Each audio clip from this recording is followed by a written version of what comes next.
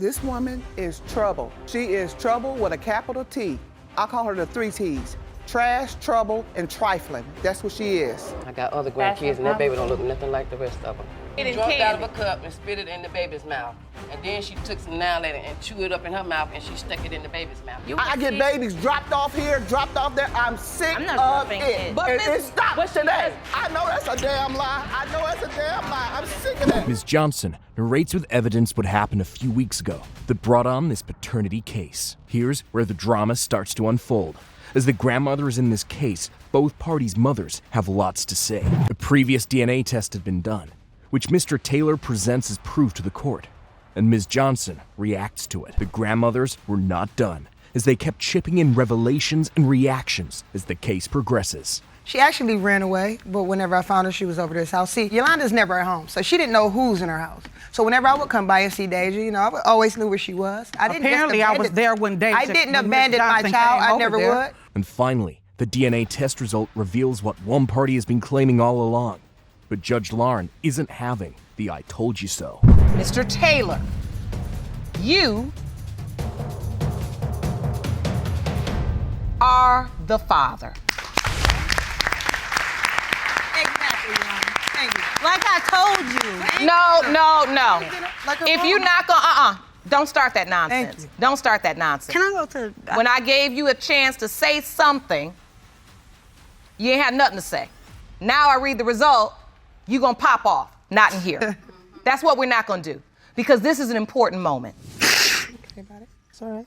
I'm going easy on you both because you ain't nothing but young people running around here engaging in activities that produce human beings, human life, and you can't take care of yourself and you can't take care of them. You gotta grow up now, and we gotta pull this thing together for this child. I mean it when I say I don't want to see him in here. Ms. McBirth insists her son isn't the father of Ms. Jackson's son and stirs drama with these troublesome words. This woman is trouble. She is trouble with a capital T. She, as a matter of fact, I call her the 3 T's. Trash, trouble, and trifling. That's what she is. The little boy looks nothing like my son or any member of my family at all. Can I show it? Can I? Absolutely, ma'am. What did you bring? Piece of evidence, Jerome, may I Yes. see that, please? A photo of your son and the child in question? Right. And you say the child looks nothing like your son? That baby white as snow. There's no way that could be my grandchild or my son's baby. He has no features like none of us. Nobody in my family looked like that. And just by looking at this child, you've determined and said to yourself, I do not believe that's my He- grandchild. That can't happen. There's no way. Ms. Terrell, who is Ms. McBirth's daughter and Mr. Hughes' sister, backs up her mother as she spills these words regarding Ms. Jackson. Plus, she makes some mind-blowing confessions. Judge Lauren corrects the misconception that Grandma, Ms. McBirth, has regarding the baby's color. However, Ms. Terrell wasn't done. Ms. McBirth takes this case to a new level of drama as she does this. Plus, Ms. Terrell reveals some more wild stories regarding Ms. Jackson. I'm sick of all these little trying to say my son is the daddy. I'm sick of it. I get babies dropped off here, dropped off there. I'm sick of it. But It stops today. Because that baby is not my son. Here's the thing that she does. It is. Here's the Sorry. That's a lie. Yes, it is. No, That's it's a not. lie. That's a lie. First of all, she's a liar because you just had a wild party that got shut down by the police station last week. Hello? No, ma'am. Yes, that you is did. not Yes, true. you did. Yes, you did. In this That house. is not. Miss McBirth. Yes, it is. Miss McBirth. Yes, it is. It is true because why is your neighbors complaining about that goes on in your There was household? no going on. No, read the police report. If you want to read the police report. This case doesn't seem to want to end. You are Elijah's father. This case is a bit different, as Ms. Smith is here to find out if her deceased son is the father of Ms. Manning's child. She then explains how she found out about the child. Ms. Manning gives the testimony, which leads to a twist in the case. I was 6 weeks pregnant when I was in Job Corps, and as soon as I found out, I called Mrs. Smith to let her know, and then I called my mother. And once you called Miss Smith, did she receive the news well? The response I had got was, oh, well, Mrs. Caesar is pregnant as well. And my response was, oh, okay. Ms. Turner Caesar, who was dating and living with Mr. Smith at the time of his untimely death, gives her testimony in court. Ms. Natasha shows her sweetness and kind heart as she tells Judge Lauren this. I've made sure from the birth of both girls that they knew each other and that they were around, and I made sure that I facilitated them.